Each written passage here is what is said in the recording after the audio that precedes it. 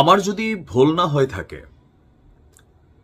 2 বছর আগে যখন এই ইস্যুটা নিয়ে আমরা নিজেরা ভিডিও করছিলাম, ইভেন পলিটিক্যালি বিষয়টা নিয়ে শেখ হাসিনাও একটা বক্তব্য দিয়েছিল যে ভিপি নূর আসলে ইসরায়েলের সাথে সম্পর্ক রাখছেন। সাংবাদিক ইলিয়াসও কিন্তু এটা নিয়ে একটা নিউজ করছিল। ইভেন তিনি সেখানে বলছিলেন যে একটা ব্যাগ সেই মেহেদি সাফাদি ইসরায়েলি কর্মকর্তা থেকে ভিপি নূর নিয়েছিলেন। তৎকালীন প্রেক্ষাপটে একটা ভিডিও ভাইরাল ছিল, আপনাদের খেয়াল থাকার কথা। নূর সম্ভবত হজে গেছিলেন, মাথায় টুপি টাপি ছিল, তিনি কয়েকটা দেশ ভ্রমণ করছিলেন। এর মাঝখানে আলোচনায় উঠে এসেছিল একজন ইসরায়েলি ব্যক্তির সাথে ভিপি নূরের দুবাই অথবা অন্য কোথাও একটা গোপন বৈঠকের যেই ছবি নিয়ে তৎকালীন প্রেক্ষাপটে ভিপি নূর কাউন্টার করেছিল, বলেছিল যে এটা ভুল, এটা ভুয়া, এটা আওয়ামী লীগের সুপার এডিটেড। কিন্তু দিন শেষে হঠাৎ করে কেন সত্যের ঢোল নিজেই বাজালেন? তৎকালীন প্রেক্ষাপটে নূরকে নিয়ে দেওয়া আওয়ামী লীগের বক্তব্য এবং শেখ হাসিনার বক্তব্যের সত্যতা 2 বছর পর পাওয়া গেল। তবে প্রেক্ষাপটটাতে একটু ভিন্নতা আনার চেষ্টা করা হয়েছে। ভিপি নূর আসলে গভীর জলের মাছ। বরাবরই বলি, এই এক ক্যারেক্টার শৈশবে ছাত্রলীগ, কৈশোরে ছাত্রলীগ, তারপর যখন একটু বড় হয়েছে তখন হয়েছে গণ অধিকার, আর এখন তো বিভিন্ন দলের সাথে যখন যেখানে ভালো পায় সেখানে তিনি দাপিয়ে বেড়ান। আর এই মুহূর্তে প্রত্যেকটা রাজনৈতিক দল বা বড় বড় ক্যারেক্টারদের রোশানলে থাকা ভিপি নূরের গোপন কিছু কর্মকাণ্ড সামনে আসছে। ইসরায়েলি নাগরিক মেহেদি এন্ড সাফাদি ছবিটা দেখে চিনছেন তো? এই ছবিটা নিয়ে আমরাও নিউজ করছিলাম। তখন ভাবতেছিলাম আসলে কি ঘটনা সত্য কিনা, কিন্তু ঘটনা আসলেই সত্য। মেহেদি এন্ড সাফাদির সাথে সাক্ষাৎ হওয়ার বিষয়টি প্রায় 2 বছর পর স্বীকার করেছে আজকে ভিপি নূর। রাজধানীর শিরডাব মিলনায়তনে পররাষ্ট্র নীতি বিষয়ে centre for governance studies CGS আয়োজিত এক সেমিনারে বিষয়টিকে স্বীকার করেছেন তিনি।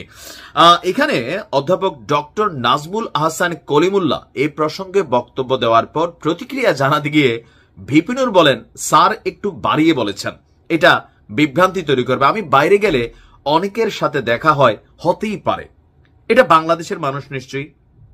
ভিপি নূর ইন্টারন্যাশনাল এমন কোন ক্যারেক্টার না যাকে আন্তর্জাতিকভাবে এতটা চিনে, বাংলাদেশের মানুষই চিনে। তো এখানে ভিপি নূর যে বক্তব্যটা দিয়েছে, ঘটনার প্রায় 2 বছর পরে মেহেদি সাফাদির সঙ্গে সাক্ষাৎ প্রসঙ্গে ভিপি নূরের বক্তব্য, এক কফি শপে দাঁড়িয়ে ছবি তুলেছিলাম, কফি টফি মিটিং টিটিং কিছুই হয়নি। আমি তখন অনেক বিড়ম্বনায় ছিলাম, অনেক ধকল আমাকে তৎকালীন প্রেক্ষাপটে সহ্য করতে হয়েছে। এখন ভিপি নূরের এই বক্তব্যটা আমার কাছে জায়েজ মনে হইতো যদি তিনি আমরা ধরে নিতাম যে বাংলাদেশের কোন নাগরিক হোক, সেটা এনটি আওয়ামী লীগ অথবা অন্য কোনো বা ভারতের কোন নাগরিক হইতো, তাও মানতাম।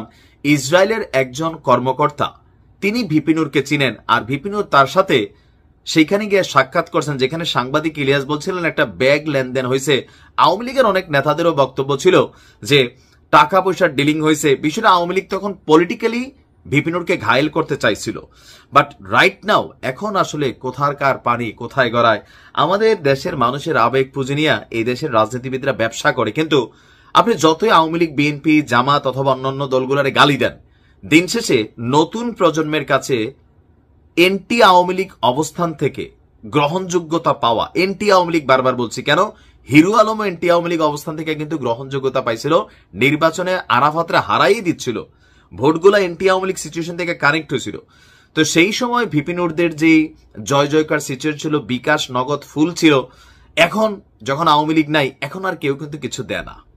এখন তারেকরাও প্রতিদিন ধোয়ে, সাংবাদিক ইলিয়াসরা, তারপরে হচ্ছে পিনাকি দ্বারা অনলাইন অফলাইনে টাকা পয়সা বন্ধ হয়ে গেছে, নানান ধরনের অ্যাক্টিভিটিস গুলো কিন্তু সামনে আসছে। তার মানে ইসরায়েলের নাগরিকের সাথে ভিপি নূরের যে গোপন ইস্যুগুলা আলোচনায় তৎকালীন প্রেক্ষাপটে ছিল, আমরা ধরে নিতে পারি ঘটনার পেছনে সত্যতা ছিল। কিন্তু ওই সময় কিভাবে কাউন্টার করছে, সুপার এডিটেড।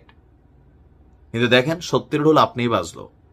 এখন কেন দেখা হয়েছে, কি করছে, এটা নিয়ে নানান বক্তব্য আছে। টাকা পয়সা লেনদেন, এরকম ইসরায়েলে অনেক টাকা পয়সা দিছে বা অনেক কিছু আসছে, এটা নিয়ে বরাবর অভিযোগ ছিল। কিন্তু আজকে তো মনে হচ্ছে ঘটনার পিছনে কিছু না কিছু সত্যতা আছে। ভিপি নূরের উচিত পুরোটা জিনিসটার একদম ক্লিয়ার করা, যদিও মানুষ বিশ্বাস করবে কিনা সেটা সন্দেহ।